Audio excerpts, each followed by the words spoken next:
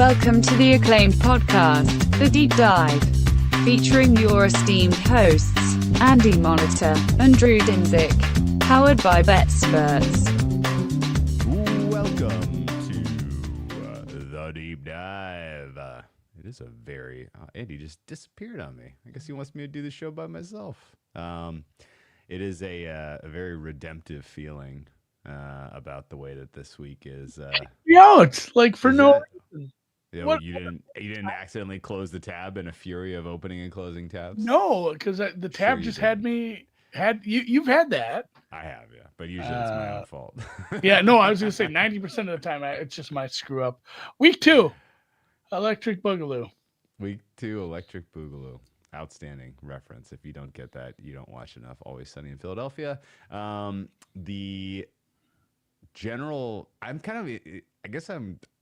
not like staring at the screen all day yet. We're not at that point of the season at all. No. But I've been looking at it a little, and just not really a lot of action. I mean, there's been a few, but a lot of it was just early corrections. It's been pretty pretty tame in the marketplace. I don't know if that's because everybody wants their liquidity on awesome college football edges that exist and not NFL or what. It is still that time of year. But yeah, I haven't really gotten the sense that the market is really convicted on anything this week, which makes it tough to redeem through overreaction, right? Because a lot of what you're trying to capture in value here is when the betting market runs away on a specific angle or on a reaction to an outcome that just isn't right. And to this point in the season, or at least to this point in the market cycle, I haven't really seen that. What do you think?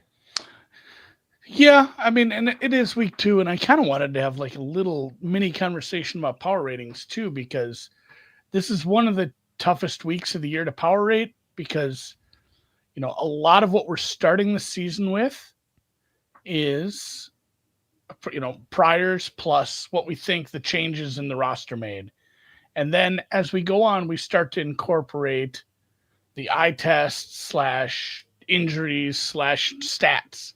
And you gotta start taking some stats and add context, obviously, and use the right ones and weight them how you think they ought to be. And then you start using that plus your priors, and then fewer and fewer priors as you go on. But week 2, you have one data point of stats. And a lot of it was like, well, this team did this really well, but they also played a defense that is a bunch of sad sacks. And that's probably nowhere near what the average of this offense will look like over the course of the season. So it's really kind of I'm pushing a lot of buttons and moving a lot of sliders, but doing it pretty lightly. And it's still a lot of vibes right now rather than hard data, you know, because you got everything's with a pinch of, you know, a grain of salt. Like, hey, this team looked really good, but, you know, did they? Because they played Carolina. And, you know, we don't want to overreact. And I think that's how you avoid the overreaction on some of these week 1, week 2 games. Yeah, no, I mean, that's a good point. I think also it's important to sort of, you only have one data point for a lot of these teams. And so you have to decide, did we gain information from this? Is that moving this team up? Is that moving this team down? Is it a little bit of both? And the Carolina, did they team play Carolina point is kind of fascinating, because by all means, the tape for the Jags did not look good. Trevor Lawrence did not look good, but they won convincingly. And you combine that with the fact that team got bet like people knew the final score, and it's pretty obvious to come out of that game and be like, well, we got to move Jags up. Like, they were getting bet. They covered easy. But I think it's more of, you got to move Carolina down. Yeah. And maybe that was ultimately what the enthusiasm was for people betting the Jags. It was maybe more just taking on the state of the Carolina Panthers. State of the Carolina Panthers is going to come up on this podcast again, because a little bit. Don't understand that market. Anyway, let's get into these games. The only other just general macro thought I have is that week 1 is now preseason week 4. The degree of sloppy play, out of shape players, you know, just real, some vanilla game plans. Like, it did not feel like, you know, we like every team hit, all 32 teams did not hit the ground running with like sharpened spears. It was a mess. I'm not sure we've ever had like the instant you know, feedback as far as like the things we said at halftime about McCarthy. And Sure. you know, we were, I think we were pretty hard on him because he looked like absolute garbage. But you know, I said, hey, let's wait a week or two. I thought we'd have to wait a week or two, and honestly, some of that might have just been Kevin O'Connell pushing the right buttons at the right time. But it's funny how it's like, you said it. This guy didn't play in the preseason. He needs a bunch of reps. I said he needs way more reps. And then it's funny how, apparently he just needed 3 quarters worth of reps. That is the perfect amount of reps for him. And then suddenly he's a top 10 quarterback in the fourth quarter, and they're just going to win this goddamn game, which is amazing. But we'll see how that goes this week against a tough opponent on the road. That line's moving already. But yeah, let's get Thursday Night Football. Okay. Packers, Washington. Fun one to start out with. Totals dropping. Washington's taking a little money. And my too long didn't read Packers thing was, and I've said this multiple times. I said it last week. I said it in halftimes. Jordan Love is very good when he's healthy. He was not healthy last year, and he still put up pretty decent numbers. It was still a very good team. When he's healthy, they don't even have Watson, man. This is an offense that I think probably has higher heights, and you're pretty high in this defense as well. We'll see how that goes with. I don't know, the secondary. I think might have issues when they play a team that has an offensive coordinator, but still very solid looking team. And then Washington was very hard to judge against New York. That's similar to the Carolina thing, I think, where it's like, well, I mean, they had a quarterback and they have a scheme that can beat a good pass rush. They proved that last year. So you went and took their one strength away a little bit, and the Giants didn't look very good on offense by their own right. So kind of a hard grade to put on that game last week. I thought that there was a lot of sloppy play by the Commanders. I mean, 12 penalties for 1 billion yards, and they still won going away. Is that I always take notice when that sort of thing happens. And then as you dig in a little bit, there was some sloppy stuff from Daniels. He took a couple sacks he didn't need to take, but the fact that the offensive line was so outstanding, considering that they were up against the monsters from the Meadowlands, was noteworthy, I thought. Was that a thing? And the fact that the defensive line looked as good as they did against the pretty pathetic trench warfare that the offense for the Giants was trotting out there. But yeah, I know if the Commanders are going to win in the trenches on both sides of the ball, they're going to be tough because Jane Daniels is him, and he is a top 5 quarterback, and he should be in the top 5 of the MVP rating right now, and he should be bet on this week, in my opinion. We've seen the market overreact, I think, on the open to what the Packers did in their week 1 win. The look ahead in the summer was 1.5 in this game, Andy. It moved to 3 after the Micah Parsons trade. I agreed with both of those. Moving it to 3.5 after the Packers win didn't make any sense to me at all. And the reason is they didn't come out of that game healthy. We don't know about the availability of Mr. Aaron Banks and Mr. Zach Tom. Those guys matter a lot. It's a relatively thin group on that offensive line, and their best 5 are very good. But if it's their best 3 and 2 other Jags, then the D-line for the Commanders is going to have a nice little time getting particularly interior pressure on Jordan Love, getting him off his spot and forcing him to create out of structure, which is not something he's terrible at, but it is definitely where he makes mistakes. So I think in general, the fact that the market has come back down and it's sitting at a juicy 3 right now for Green Bay is correct. If you missed the 3.5, tune into the Deep Dive Daily every Monday, Tuesday, Thursday, and Friday because this was forecast and I'm holding 3.5. Little bit of CLV for me on this one. I took the 3.5 at -113. It's at like -118 or something now. And I don't mind just having the hook with the better quarterback because I think this is going to be a team with the ball last wins. And in general, I think there's more upside with what the commies put on tape week 1 and stepping forward, because there's another wrinkle I want to bring up, Andy, and get your take on this. When you have relatively inexperienced, when you have experienced quarterbacks and experienced coaches on Thursday Night Football early in the season, they install the game plan a week early. And then whatever happens in the preseason kind of or whatever happens in week 1, you can't really make that many adjustments to it because there's just not enough practice. There's not enough time to install game-specific wrinkles.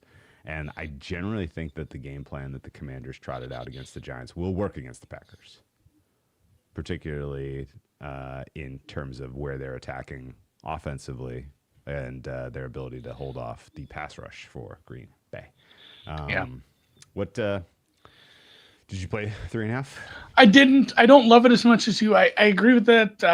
I would have loved it a lot more. There were some 4.5s early, like the real early numbers. I think there was some overreaction there. Like I said, I'm hotter on the Green Bay offense still. And as Sam's pointing out, I'm agreeing with Sam Lipscomb here from the chat.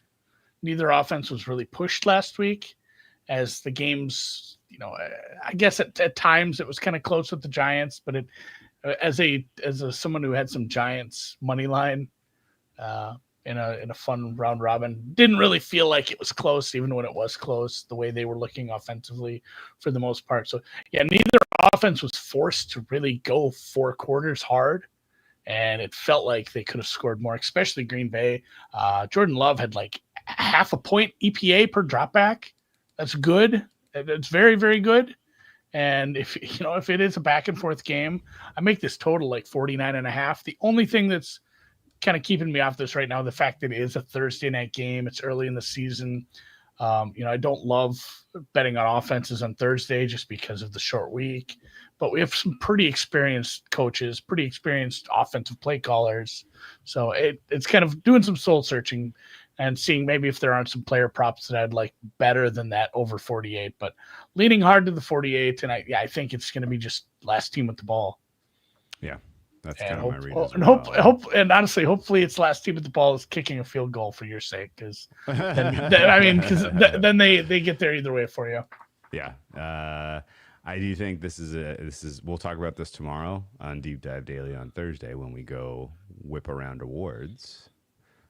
But fun one for kind of loser leaves town in terms of the top 6 MVP market here. Yeah, and kind of a bad beat for Jordan Love closing on that the Lions didn't push him. Yeah. Because J.J. McCarthy is your NFC Offensive Player of the Week, which it was, he had a crazy fourth quarter. I get it. And there wasn't a lot of other names to throw in that. But if the Lions would have pushed the Packers, it feels like Love would have had that day. And Love was the most impressive NFC quarterback, in my opinion. I don't know that I don't think they could have made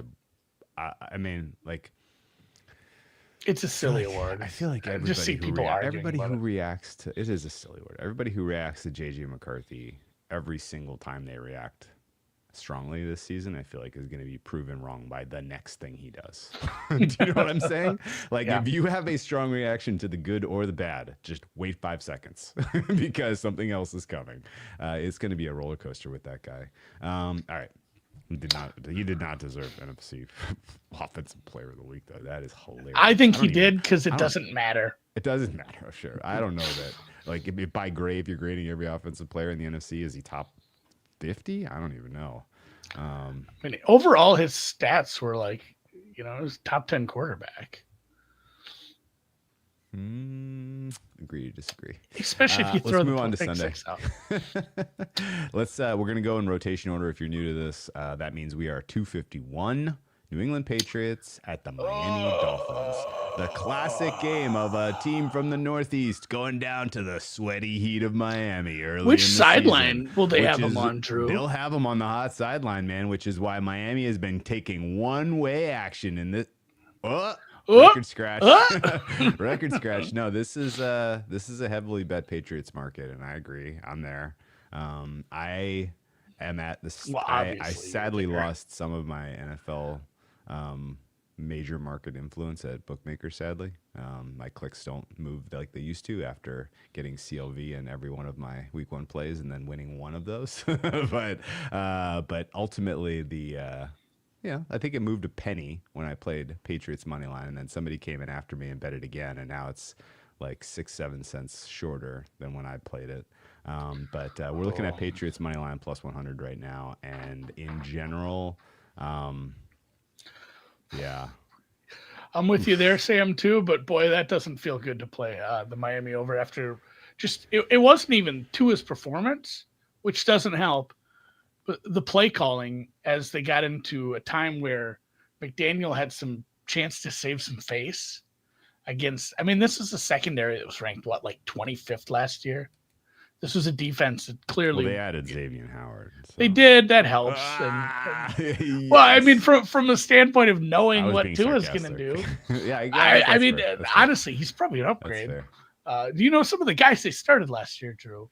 Yeah. Miami is a very hard team to read because of the quit level from last week, and then already this is crazy. The reports. I don't know if they're founded. It could be people sometimes just say shit like this because they know people agree with it, and it'll get a lot of retweets and you get your internet hearts. But someone that wasn't like a major media thing said, "Hey, Greer and McDonald are in trouble if they don't start winning." Well, okay, no shit. Like, it's fun. I don't know if that's actually coming out, but the real news was that fine. McDaniel's in trouble. McDaniel. Sorry, there needs to be less. Mike McDermott is in deep trouble, Andy. Less Scottish names. That got circulated guys. Pretty aggressively yesterday. God, what was I going to say? Oh, either way, the real report was that Tyreek got shopped, or at least people called about him. And they said, no thanks on that for now. So they're trying to turn things around, obviously, down there. They might have missed their last chance to sell on him, by the way. He's now embroiled in another domestic violence story that's awful. It's not good. Alleged, but still, it's pretty bad. It'd be funny if they had a chance to trade him, didn't, and then he gets suspended for the season for getting in trouble with the law. Or just put on the commissioner's list, which feels entirely possible. The commissioner's non-exempt, whatever list that you're naughty and you can't play. Not a strong opinion on this one because I'm down on New England. I know people downgraded them. I didn't really have to. I had them pretty low already. Yeah, same. Gonzalez matters. Keep an eye on that. Don't know if he's coming back this week or anytime soon. Being kind of cagey on that, but obviously the Pats money does make sense. The market should and will be low on this Miami team for now. I just can't go to bat with either of these squads right now. I don't mind going to bat with the Patriots. I mean, situationally, I wouldn't. The game was moving fast for Drake May in week 1, and I think my guess is that McDaniels does what Kevin O'Connell did and kind of turns down the complications knob in week 2. And you know what else is going to help Drake May get a little bit of comfort in the pocket, Andy? He's throwing to a team that does not field a secondary. They don't have any cornerbacks. They don't have any cornerbacks of the NFL level. Do they have any? I mean, Storm Duck got hurt. Right? Are we expecting Storm Duck? Well, you think they're just going to start 4 safeties? I mean, honestly, some of those guys, they did do that, or Tampa Bay had to do a little that the other year where they were just like, guess what? You're a cornerback now.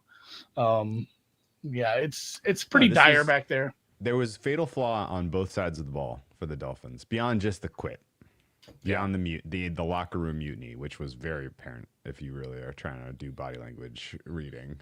The two fatal flaws are the offensive line was not able to protect the interior, and Tua was facing pretty quick interior pressure. They've had an offensive lineman get injured on the interior, Andy. So now they're desperately backfilling a spot that was already a weakness. That's a problem. The fact that Tua played as poorly as he did when he was pressured and when his first read wasn't available is a problem. And the Patriots, I think, D-line, they surprised me to the good against the Raiders. They got a lot of pressure against that Raiders team, and that unit actually is a lot. I had them kind of low, the pass rush unit, kind of nothing moving the needle for me there, but they were fairly solid, I thought, and so they can absolutely dictate when Miami has the ball through by means of pressure. Gonzalez available would be a lovely gift, I think. The secondary for the Patriots is pretty suspect. They gave up a humongously. That's where I have trouble getting behind your argument about a pass rush. Like, yeah, it looked good at time, but they also gave up like the 5th most EPA per drop back last week. And Yeah. it's not some offense that we were super scared of. Like the lack of the secondary really hurts them as well. Yeah, this is a pass game for me because honestly, my shit says you should probably bet Miami here, and I can't do that. Okay. Well, It's just I get the New England movement, but it's just such a bad spot for them. Young quarterback looks shaky. Now he goes on the road to play at a spot they've always struggled in. Obviously, the soft secondary is like the juicy filling for him. Okay. The distraction of everybody getting fired, I think, is being underpriced. It doesn't help. Yeah, that's why I'm the just. Intangibles are just one way here. I'm surprised your Miami number is not lower than the Patriots. I came in with the Patriots at a -2 and change. The Miami Dolphins now are kind of zeroing in on -4 for me, and even that feels a little bit like a gift. My Miami number is lower. Miami's about 0.4 of a point lower than New England. Okay, so I make lower, not low enough to get involved with Patriots at this price point. Okay. No, it's basically I'm pretty much on market here and leaving it be. Okay. If I didn't have enough on my plate of Mike McDaniel first coach fired, I have extra incentive now to cheer against the Dolphins in week 2. Yeah. And I think a loss to the Patriots, even if it's a spirited loss, is probably enough for them to move on. I think it's going to happen. Or they're going to be flying a banner. It's just Custer's last stand for McDaniel. God damn it. Jacksonville. Cincinnati. Jacksonville gets a win against a pretty lifeless defense. Cincinnati gets a scare against a pretty staunch defense. And honestly, their defense, which was projected to be pretty bad, had some moments in the Battle of Ohio there. A couple key interceptions, near interceptions, pass. I don't know, the pass pro was okay at times. Again, it's still Cleveland you're playing, but the defense didn't look as bad as I thought it was going to be, and now they get to host. Little under money bouncing in. This was a 50 at times. This has come down, and then some Jags money, which, again, I was high on Jags. I bet them last week. That was correct. That was not a got lucky kind of bet. That was definitely the most correct side out of many of them last week. And I don't know if I agree with betting on the Jags at this market price right now. I agree with you. In fact, I think you are looking probably Bengals or pass here. 3. This opened at 3.5 flat, and it got bet Jags, which I feel like was a bit of a premature pull the trigger by some people who hadn't really watched all the Jags game yet. Yeah. Cohen, by the way, have you heard the clips yet of what he thought of Brian Thomas Jr. and the fact that it was all Trevor Lawrence's fault? He's candid, which I enjoy. We'll see. And that's the other part of the equation here, too, is like we have a Trevor Lawrence who is pulling a Baker and just getting constantly new offensive coordinators / head coaches. And now we got, how much can we take away from the Liam Cohen performance? And obviously Liam Cohen let us know how much we can take away from that. And I'm pretty neutral. And like you said, it's probably Jags or pass. Cincinnati or pass. Although I do kind of disagree with the total dropping down. I'm not crazy about picking on a high total like this, but I think we forgot that the Cincinnati offense is very good, and it's still a defense you can attack. If you can avoid this pass rush, I think they can score quite a few points. And if Jacksonville takes any meaningful step forward, they have so many skill position players that can attack a bad defense, a bad secondary, a bad unit. Like I think this game, if I had to bet anything on this, it'd be Cincinnati in the over. Okay, I might ultimately play Cincinnati if it keeps drifting Jags. I kind of get why the total is low. If we had handicapped and bet this game before we saw anything week 1, I'd probably been like, this should start with the 5. Let's play the over. But that's more thinking of how these teams are going to be in play like week 8.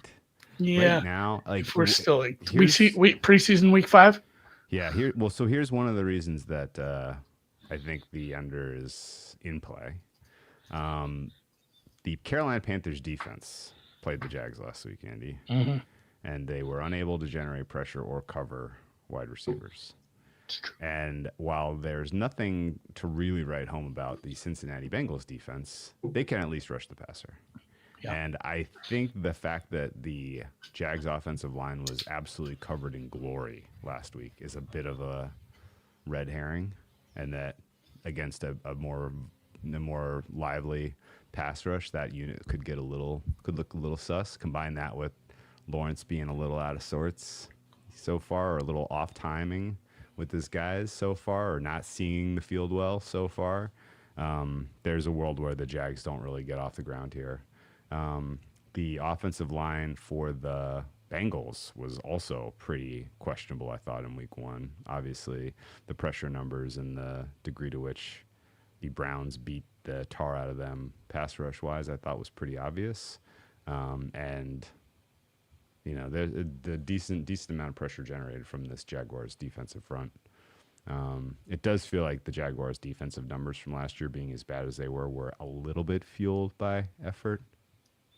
At least based on what we saw in week one. They were playing harder. They were trying harder, I thought. So I think that's probably the angle for the under. Ultimately, I agree with you. There's so many good skill position players here on the field that it's not a no bet for me on the under, because explosive plays could just materialize. But I'm probably going to make a case on Friday when we're making our contest picks that Cincinnati needs to be in there, because I don't have five right now without them. Yeah, if Circa has a 3, I think it's going to be a 3. It's a list. It's listed as a contest pick for me. It's probably going to be consensus. So, okay. Like the Bengals, not in love with them. Speaking of that division, Cleveland heads to Baltimore. Baltimore off a salty loss. That opened, 12 and a half, down a little, which is more in line with my number. My number has this at 11.2. We're at 11 and a half. Total bet slightly up. Are we at 45 still? I'm looking at a 45 and a half. Yeah. Minus 103 to the over, minus 113 to the under. Mild. I thought about betting the Cleveland Green Dildos. It passed my it definitely is on my radar. My fare is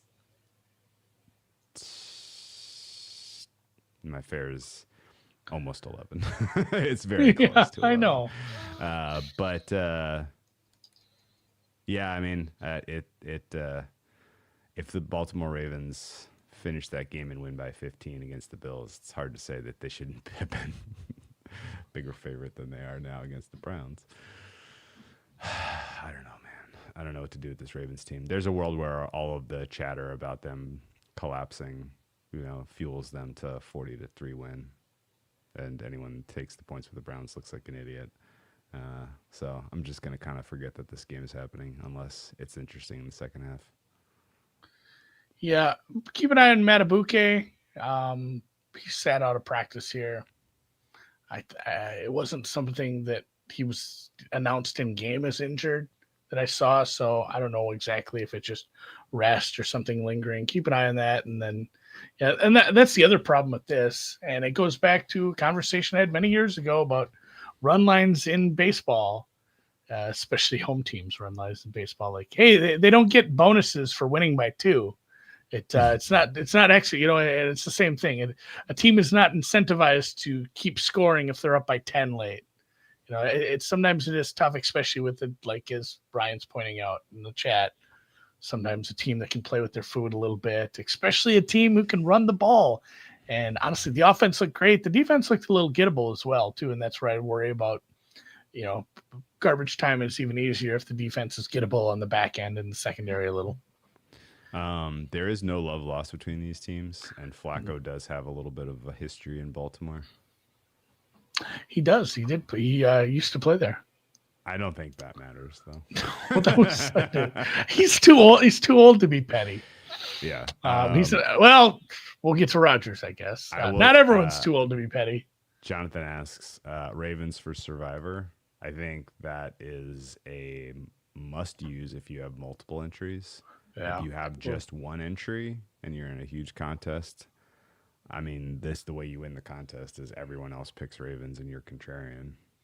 Not contrarian like picking Cleveland, but contrarian. No, not picking. Yeah, picking a. I think certain people online misunderstood that in week 1 because somebody said, "Well, I would have just entered 1 and taken Tennessee because it's so much leverage." Like, yeah, but the leverage is taking a small favorite, a 3 to 4 point favorite that you really believe in. Yeah, right now the projections for how widely used the Ravens are, I think, are a little low. I think it's going to come in more like around 40-ish%, and at that point the EV starts to wane.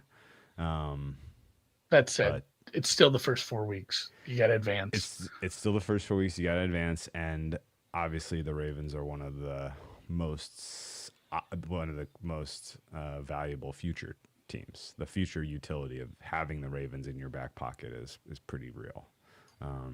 Lamar Jackson, of course, could always get hurt, and you could end up looking stupid saving the Ravens. But I don't think you're really worried about that. Not now, at least. Yeah. So I'm going to advocate at least we'll use one chalky entry. We'll use Ravens, and maybe 2 out of the 3. We'll see. Actually, that leaves. Do you want to know what my survivor? Real quick, you want to know what my survivor optimization says? Out of the top 100 optimal paths through Survivor, 58% of them include Baltimore week 2. How many on Arizona? After Baltimore, it's pretty flat earth between Rams, Niners, and Arizona. I think Niners is a little grain of salt on the Niners. That was my optimizer was before we knew. We expected, we didn't, and we still don't know. I don't have a good read on that situation at all.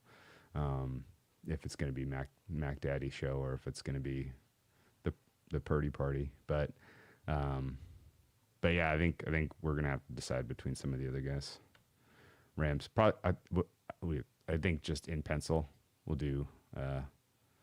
We can't use Cardinals on number 2 because we use them week 1, so it's gonna be maybe like what do you think of Ravens Rams cards? Ravens Rams cards. Okay. San Francisco's a hard pass, even though they looked good, and then obviously Buffalo has so much future utility too, and I don't love them on the road in this spot. So some of the other big favorites are passes. Like Dallas has messed up.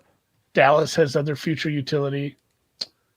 I don't know. Are you on your mic? I can turn my gain down a little. I know what gain means now. What is that? Testing. Volume.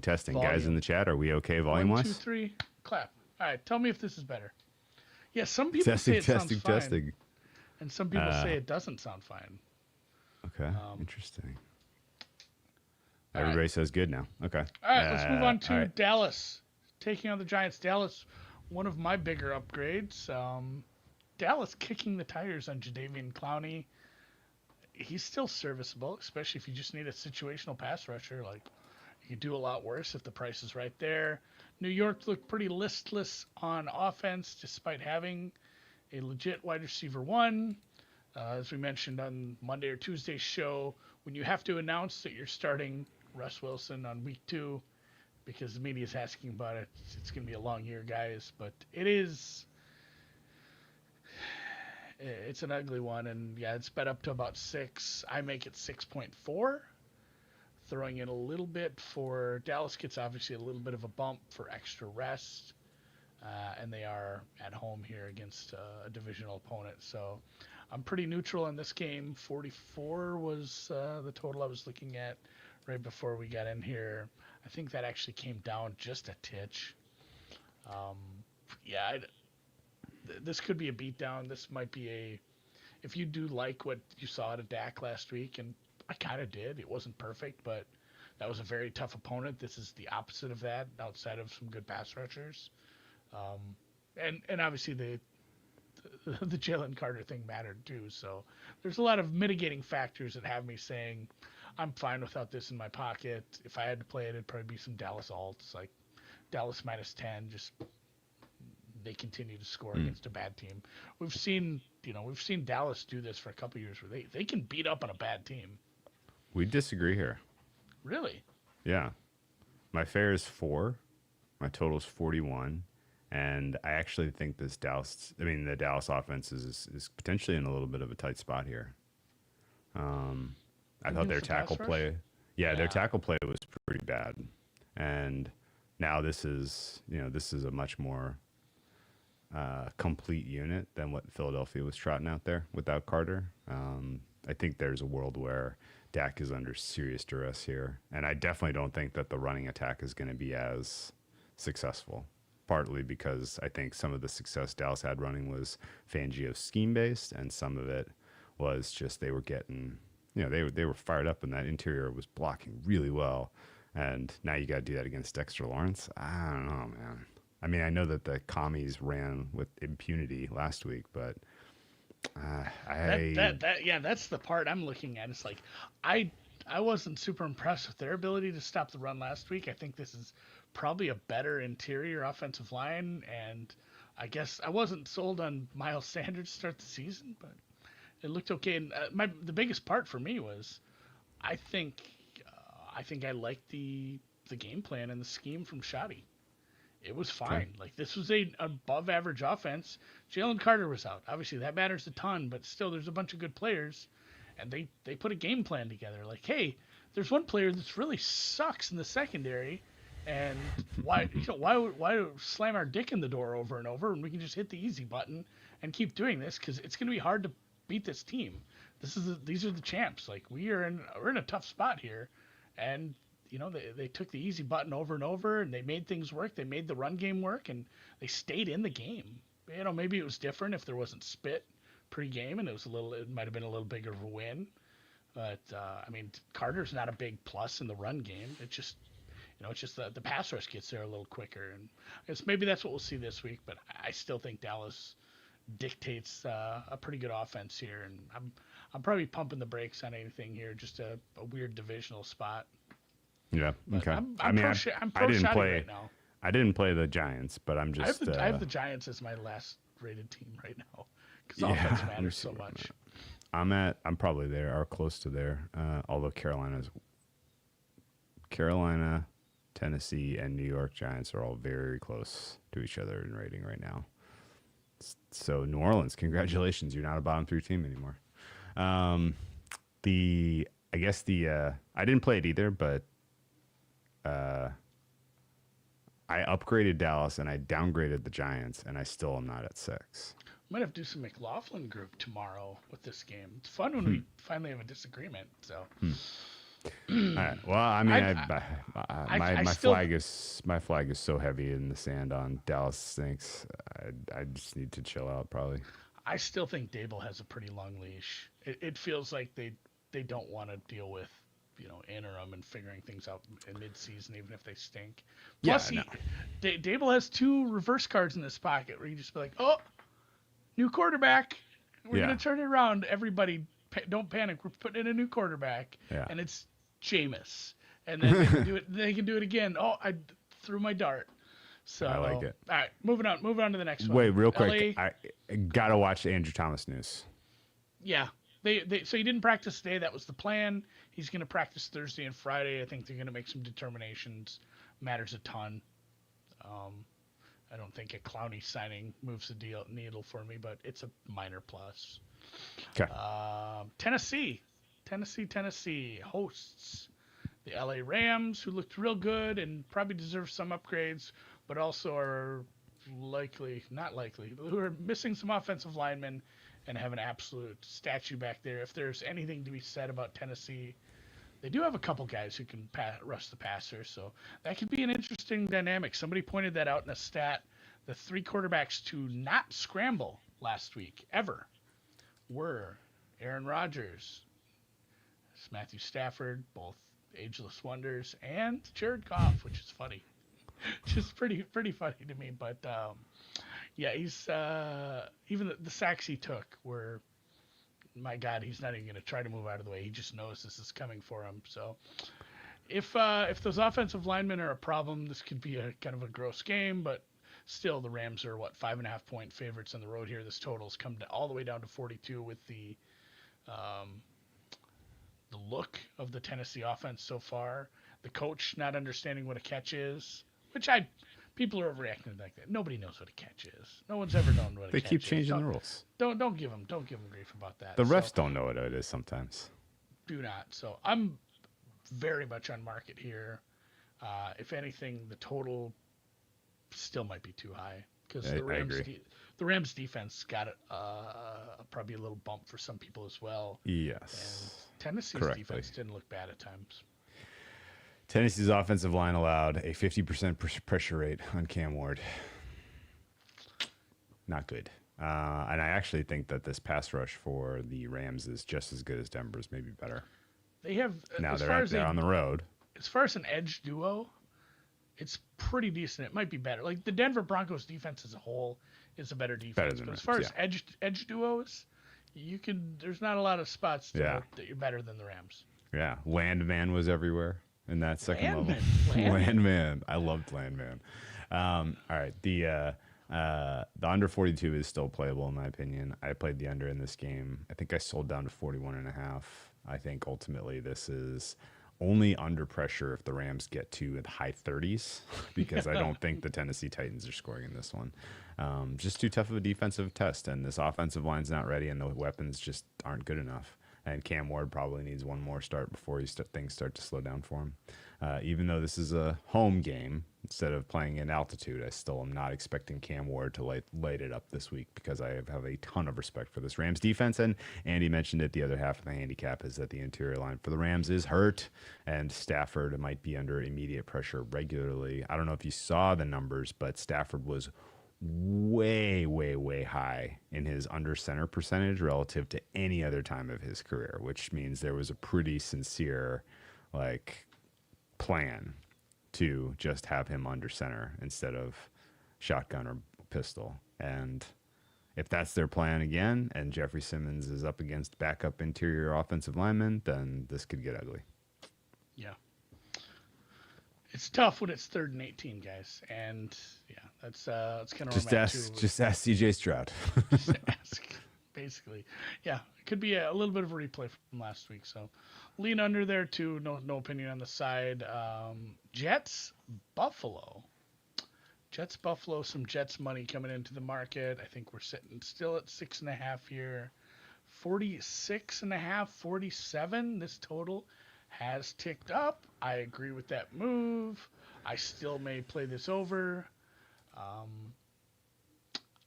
We were very not impressed with the spine of the Buffalo defense, despite not winning our bet. I guess the bet should have just been Ravens team total over. Ravens team total alt over. Ravens to score in all 4 quarters. Ravens over 3.5 touchdowns. Like all that stuff that you could have bet instead of depending on the Ravens to stop God plus Superman's child in Josh Allen. Such is life. That's how it goes betting the NFL. Sometimes a pinky touches the end zone line and things don't go exactly your way. Them's the breaks. Still, I was less than impressed with both defenses.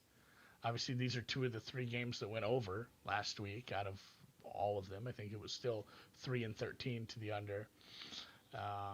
And yeah, I kind of like what we got going on in the offensive game planning for the Jets. They realize they have a good receiver. They realize they can still get something out of Justin Fields, and they have enough players on that to take on a defense that has weaknesses. So, home game for them. I kind of like the Jets to get, into the low 20s here, and it feels like the Bills can continue to do what they do on offense, which is just a lot of it was on Josh and just him finding guys over and over. But man, whatever they were running, they were finding holes in the zone. They were finding spots for all of the good receivers. Some of the receivers I didn't really know. This is a tight end I'm not super familiar with, but good for him. And obviously the added bonus of both quarterbacks being able to run here. So this is a prop game, but I still like the over, even anything under 48. Okay. I took the points with the Jets in this one. Sold to 6.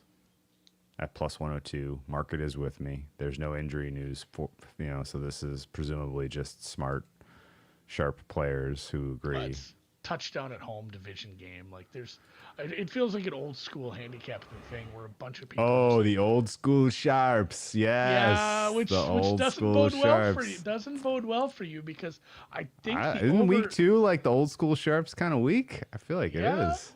Well, we'll see. Because I don't believe the over is correlated with Jets' success. I think the more variance, the more games you have that land on like Bills by 10.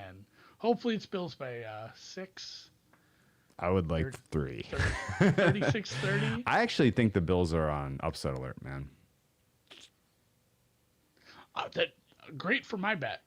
If the Bills are trailing at any point, honestly, I lose this over in the same sense we lost the Miami over, where one of the offenses just does dick, and it doesn't feel like that'll be the Bills. So hopefully we can get more of Tanner Engstrad cooking in New York. Home game.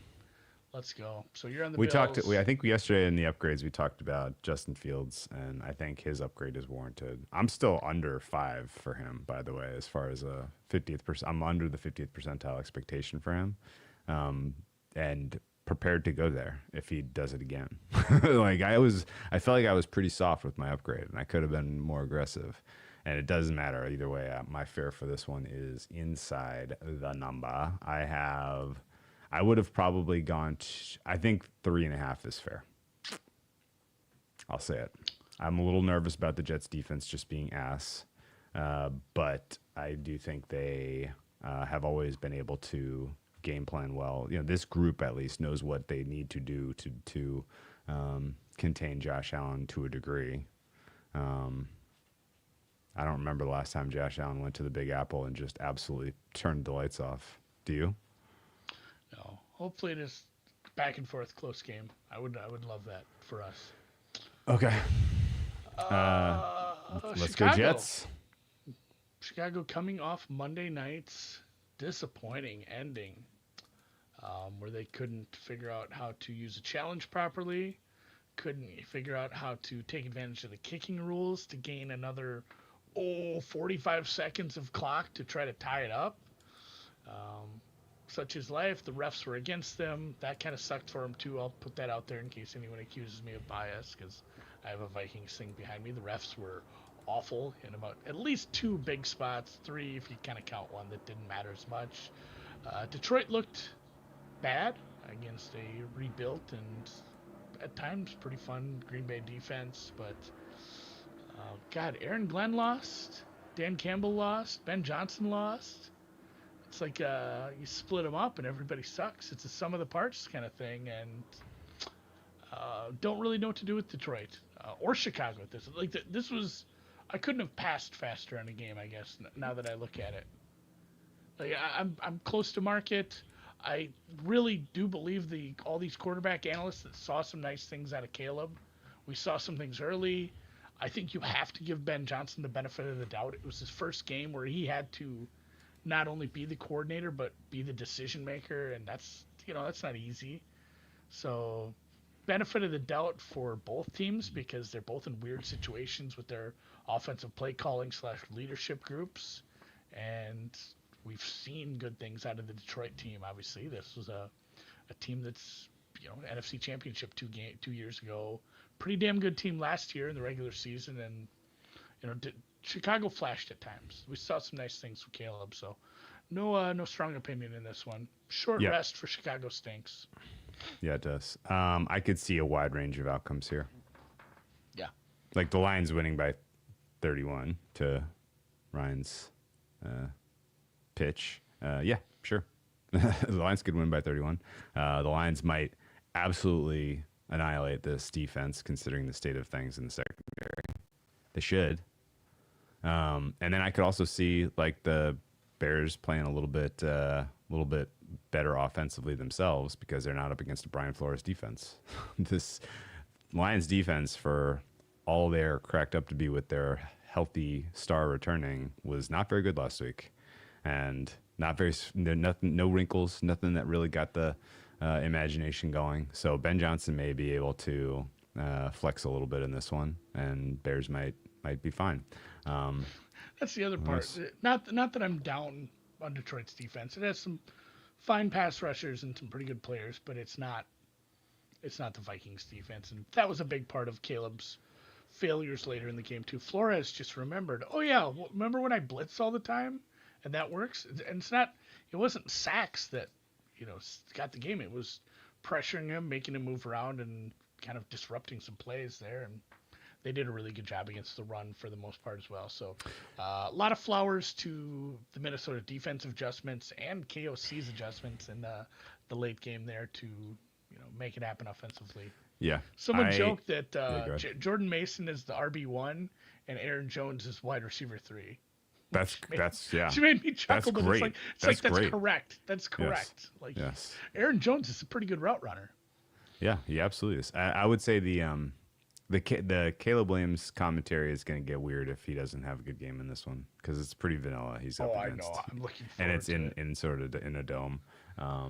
This should be a higher scoring contest. If there's one game that really just absolutely blows through the total this week, this is probably the one. Alt overs feel in the cards potentially, even though it's a divisional game. Going the other way though, obviously. I know that this. Look that, ahead was I'm out. 48.5. The old school sharps love the divisional under week 2, I guess.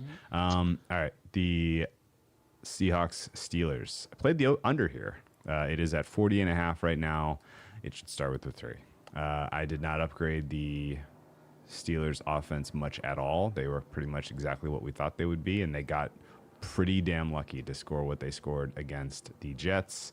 The short field off the fumble. By the way, the fact that the Jets cut that guy who fumbled kind of bummed me out about the Jets, but I guess we're all about accountability in New York now. Anyway, the short field off the fumble, the fluky catch by DK that set them up for the field goal, the fact that the 60-yard field goal went in, like a lot of luck got the Steelers home. Thanks to everyone who had them in Survivor. We needed that. We had Pittsburgh in Survivor. That was an excellent dumb. kick. It was an excellent fumble.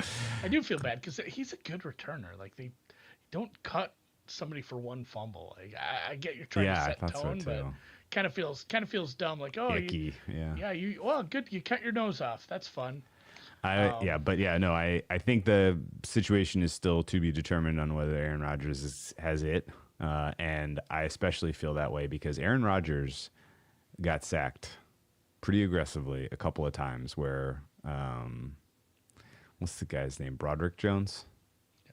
Broderick Jones just got beat badly a couple times by Will McDonald and by some other guys in that Jets pass rush. And now this is a much better D-line.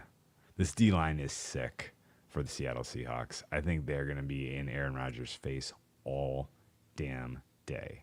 And everything I saw about the Seattle defense was kind of what I thought they were going to be, with the exception of Tyreek Woolen fucking up 2 key plays in the final drive.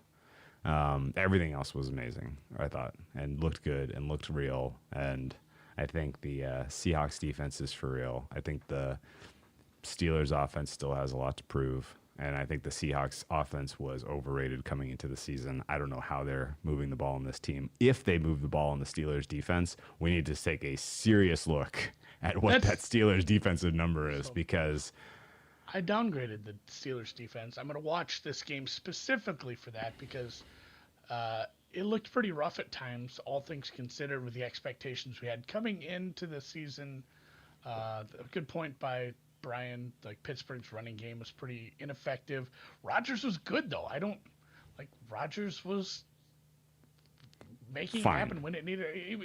He was above average, and we really didn't expect that, considering no preseason. Guy's 100 years old, 75% completion rate, 4 touchdowns. A lot of it wasn't deep, but he was good. He was very serviceable.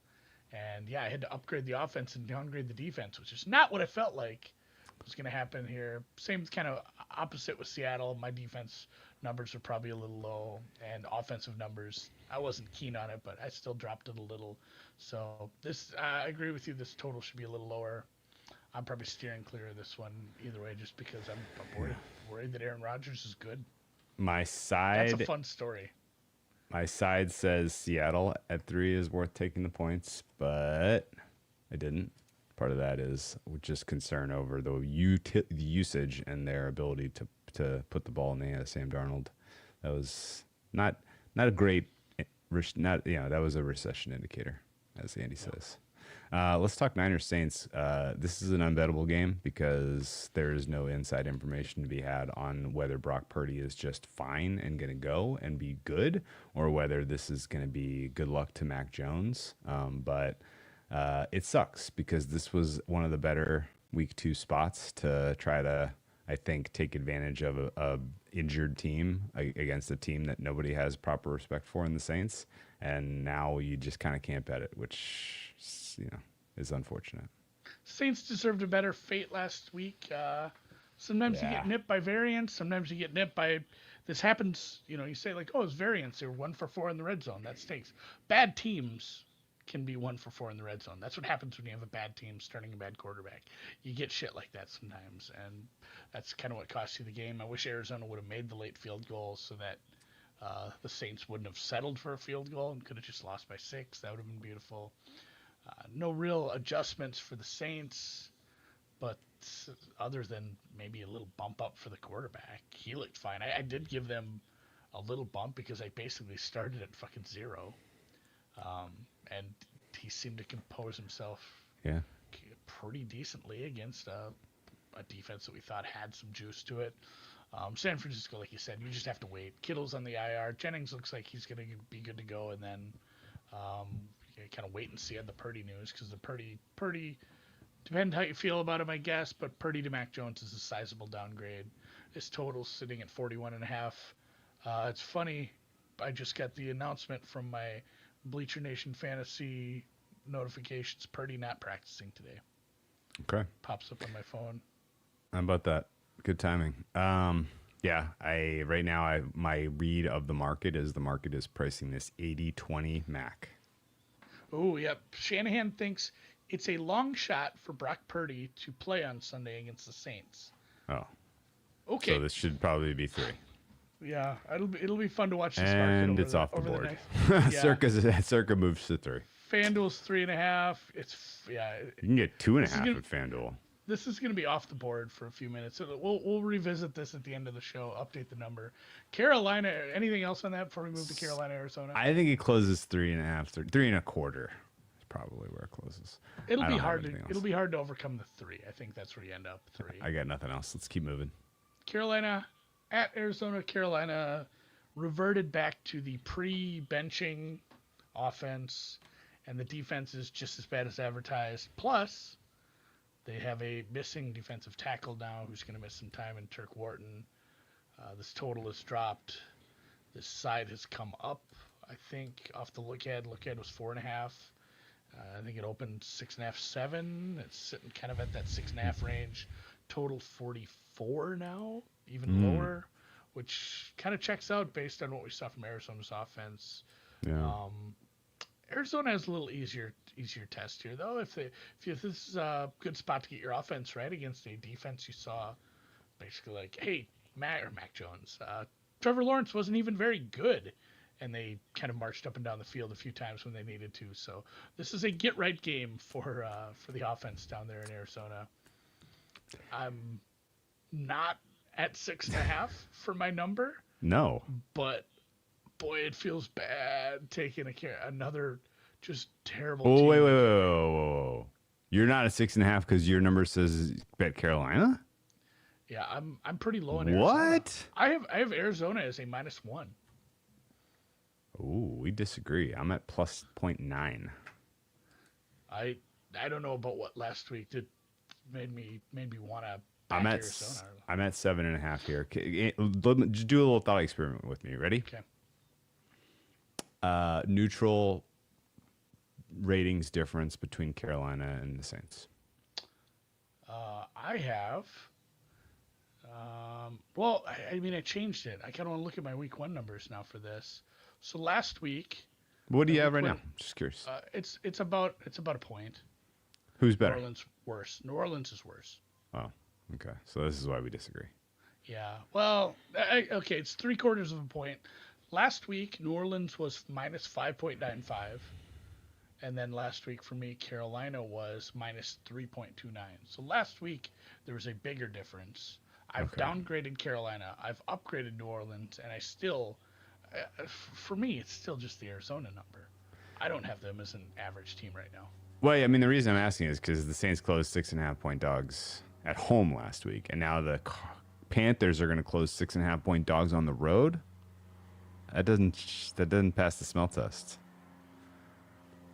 What do I have for a home field for Arizona? A 3-4 point gap. Come on, no way. That's not the right gap between Carolina and New Orleans. I don't think at all.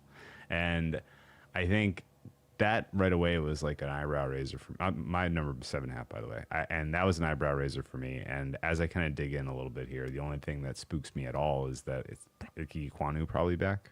Maybe the offensive line is a little better. Maybe Bryce Young is a little less affected by the pressure. But the only question I really had about the Cardinals defense was who's going to play cornerback, and Will Johnson was awesome.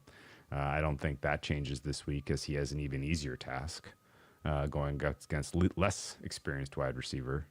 And I think the Panthers are in trouble offensively and are just basically not playing defense.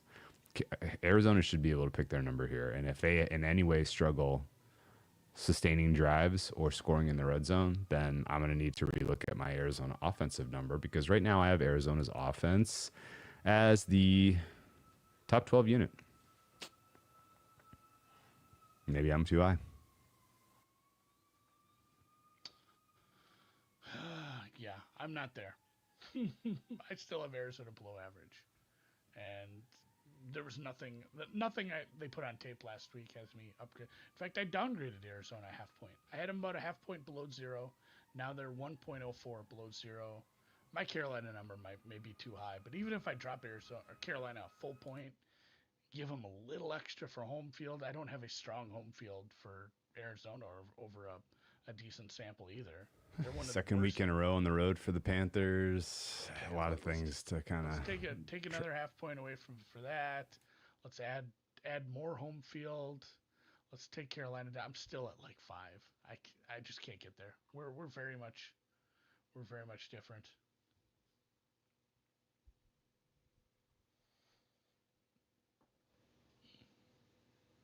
Oh, I can't hear you. You're muted. Oh, I said preseason number was 4.5. I think Cardinals proved they are who we thought they were, and maybe better. And the Panthers are the opposite. So I think It's funny. I just 6.5 is fine.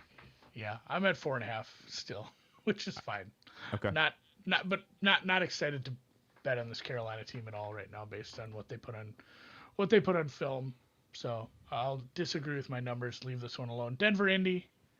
I bet Denver. I'm gonna just go there. I don't give a shit if Bo Nix looked a little rusty. Cool. Over adjustment for what we saw. Although I will give Kevin O'Connell credit for the Daniel Jones outburst. Spent a couple of weeks up in camp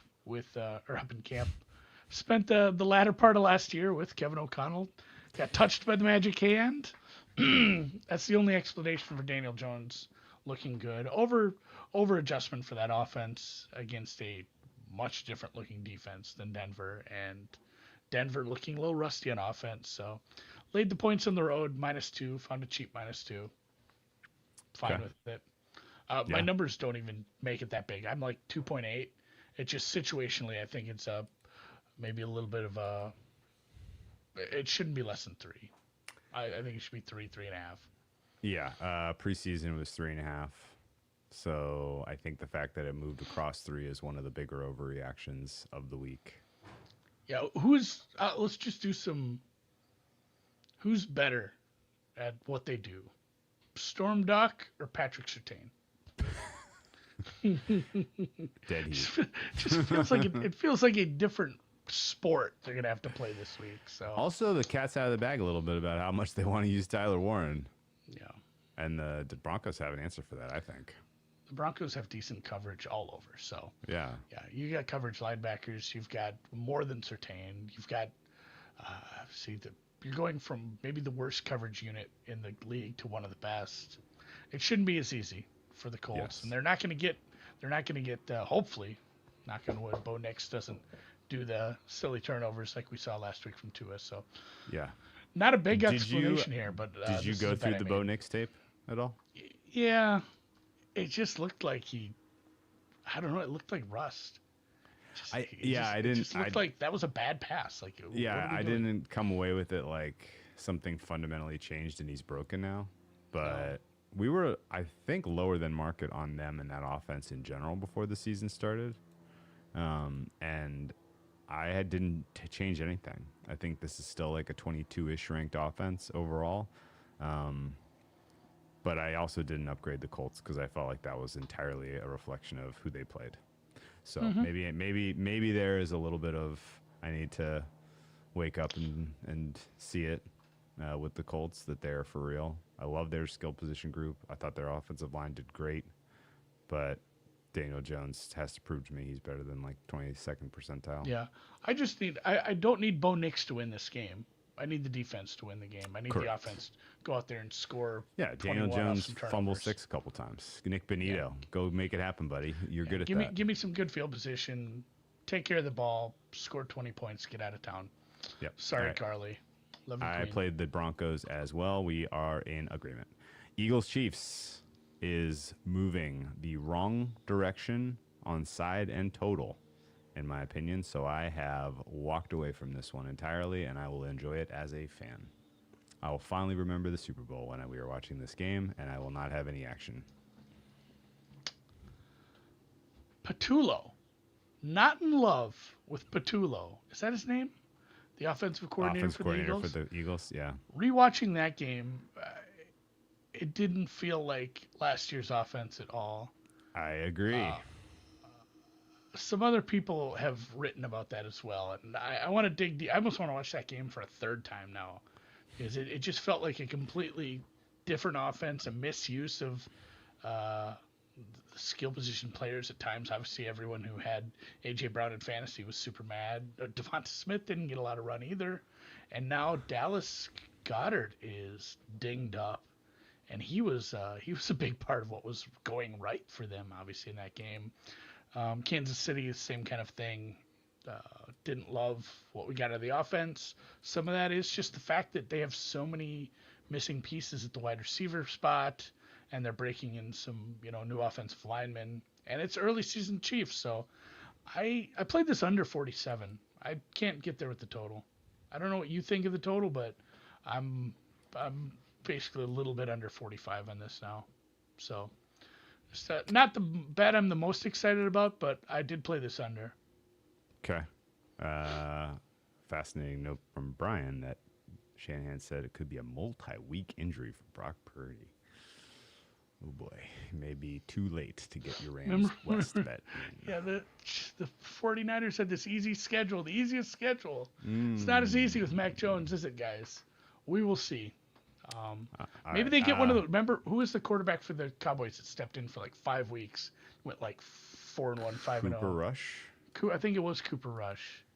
Yeah. You never know, because it's still a bunch of very winnable games they have in the schedule. So I think, all right, I played the under. You know what? This is just the universe wanted to see Mac Jones and Kyle Shanahan what they can do together. He made that trade. He made the trade for Mac Jones, and then it didn't turn out to be Mac Jones. Remember? Yeah. I agree with your Everyone's under got it. 47 look, although the market does not. I agree that the Chiefs should be small favorites. The market does not. So this is one where I will be watching and waiting for information. It sounds like Xavier Worthy is not going to go on the IR, but I don't think he plays. No, I think it's a multi-week injury, but it's like a 2-week injury. Okay. Sounds good. Which is a good segue to Drake London in the final game of the Sunday slate. He looks fine. He's playing. Wait a minute. What? Wait a minute. What's his name? Raheem Morris kind of, I think, put his foot in his mouth a little. What? When he said he expects Drake London to go. Like that. Like he said those words out loud. I expect Drake London to go. Yeah. Right? And then somebody asked him a follow-up, and he was like, because he's a very tough guy. And if it's a close call, he's just going to go. I don't know. There was footage of him catching passes today. He was at like full extension with his shoulders. Okay. He seems okay. It felt like there was a little bit of premature of running with his quote. I think they're just like, hey, let's not let this guy get hit in practice this week. Okay. I think he's good to go. The market was a little too heavy on Minnesota. Brian's pointing out the Mooney news is good. Mooney felt like he'd play this week because it was marginal last week. So getting some pieces back in offense. Penix flashed, obviously, at times. There were some good things. A tougher defense, but at home, and then Minnesota off the short week. Minnesota getting 15 minutes out of a quarterback that we've seen 60 minutes of isn't enough for them to be that big of a favorite. I'm mad I didn't grab Atlanta when it was at its peak. I think it's still bettable at 3.5 even. Okay. It's not a team I like. It's not a great number. And my numbers on Minnesota probably need to come down a little because right now, my numbers disagree with what I'm saying. But all things considered, after week 1, Minnesota shouldn't be that big of a favorite, even at home here. Interesting. I wouldn't have guessed that was where you were going with this. I am pretty close to market here, so it feels like a really close game. I'm at Atlanta. My number is 3.7, so it would also say take the 4.5, but that's not enough value to get involved. So I'm just going to sit on the sidelines and keep my powder dry. We're down to 3.5 now, so it is down to 3.5. Okay. Well, keeping my powder dry, Andy. And here's what we'll do. You ready? Real quick though, the other part of this was go Van Ginkel concussion protocol. Darisaw still don't know. There was another player I can't remember the other concussion. It was a cornerback, a defensive back. Had 2 players concussion. Okuda, yeah. And then who's the linebacker that got hurt? Pulled the hammy. Yeah. Blake Cashman. Cashman, yeah. Cashman. So the defense taking some shots, that has me worried too. My number says like Minnesota -5, but if I throw in all these defensive injuries and then some upgrades for Atlanta having wide receivers back, it's probably a little closer to 3.5. So I'd lean Atlanta, but I'm probably steering clear of this. I'll bet it at halftime. All right. I think keep the powder dry, and here's what we'll do. If J.J. McCarthy looks like a god in the first half, we'll take Atlanta at halftime. And if J.J. McCarthy looks like he does not belong in the league in the first half, then we'll back the Vikings. Yeah. Just Jekyll and Hyde with the blonde hair. I love it, man. Line moved off the Kaprizov news. Nobody wants to be in Minnesota, man, but me. Turned down the biggest contract ever offered in NHL history. Said, I'm all right. I'll take my chances. Which Incredible. Hockey players should make a little more money. It's sad what they make compared to like NBA players. Interesting. Yeah, I don't. Yeah, so no major edge there for me on snuff. Do you want to talk about either of these Minuff games? Because I don't do it think Friday. either one's right. So we don't have. Yeah. So normally we would skip the Monday Night Football games, and then we kind of get into it Sunday night, which is tougher. But we are doing the 9:30 a.m. Central shows Thursday and Friday as well. As Drew mentioned already, tomorrow we'll go through all the awards, give some thoughts, maybe some bets that we like.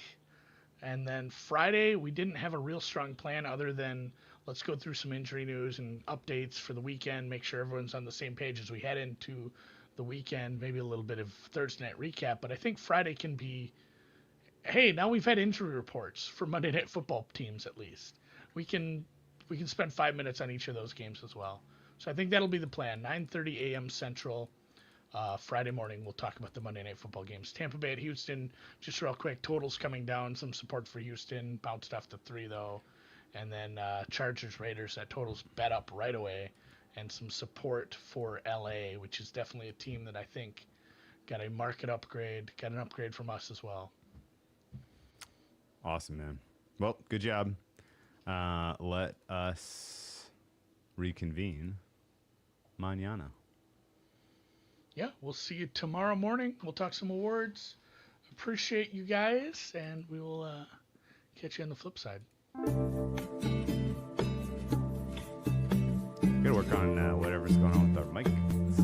I just turned all of the auto stuff off, and it fixed everything. I have no clue what was going on there. Yeah.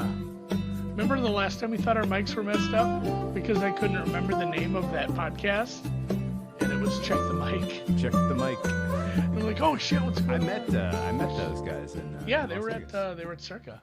Yeah.